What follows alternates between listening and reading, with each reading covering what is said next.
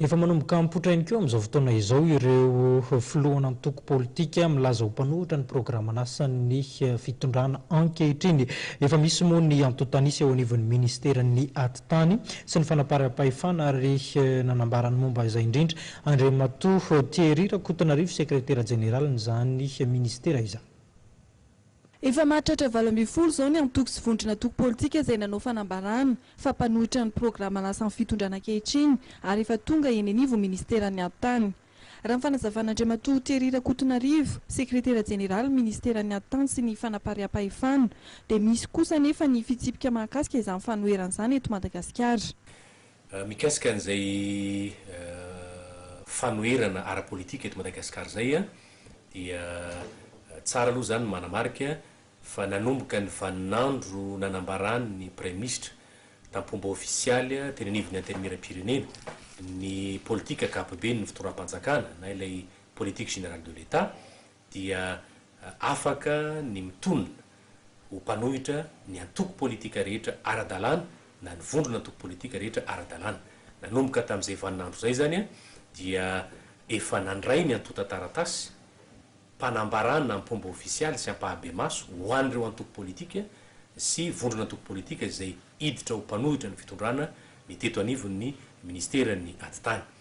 Tsara ny manamarika fa amin'ny vaninandro androany izay resantsika dia 20 ireo antoko politika izay nametraka ny antota taratasy panambarana amin'ny pomba ofisialy fa ijoro ho mpanohitra ny fitondrana izy ireo.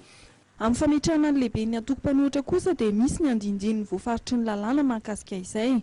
Ny fitondram-panjakana kosa dia mola volana ny didim-panjakana mampiatra ny lalàna 120 tsipika 310 momba ny santan'ny mpanohitra. Dingana manaraka dia ny idirana eo amin'ilay hoe fanendrena ny ho filohan'ny fanoherana ara-politika ofisialy na ny chef de l'opposition officielle eto Madagasikara.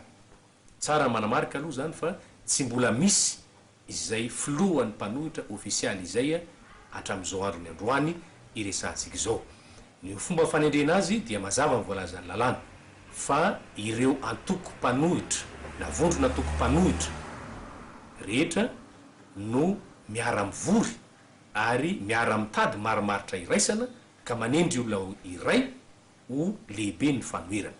Raha tsy mahavoatendry, tsy misy marimaritra iraisana, tsy mifanaraka ny antoko politika na ny vorona antoko politika mijoro mpanohitra dia ny fitondram-panjakana no mijery hoe iza amin'ireo antoko mpanohitra ireo no nanana kandida nandrotsaka kandida tamin'ny fifidianana solom-bava-bahoaka ka nahazo vato be indrindra rehefa natambatra ny vato manerana ny Madagasikara dia izay no ho filohan'ny mpanohitra.